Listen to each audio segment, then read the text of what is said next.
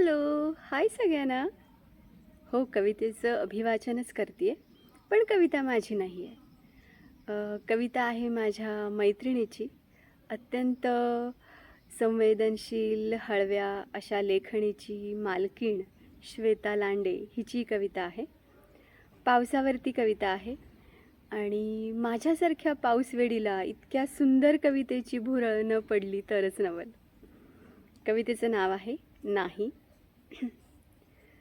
साऱ्यांनीच लिहिल्या पावसावरती कविता, साऱ्यांनीच लिहिल्या पावसावरती कविता, मला अजूनही एक ओळ सुचली नाही. साऱ्यांनीच लिहिल्या पावसावरती कविता, मला अजूनही एक ओळ सुचली नाही. बहुधा या साऱ्या ऋतूंना तुझी प्रीत काही रुचली नाही. बरसून गेल्या श्रावणधारा तुझ्या आठवांच्या, बरसून गेल्या श्रावणधारा तुझ्या आठवांच्या, तरीही श्वेत अजूनही का चिंब भिजली नाही.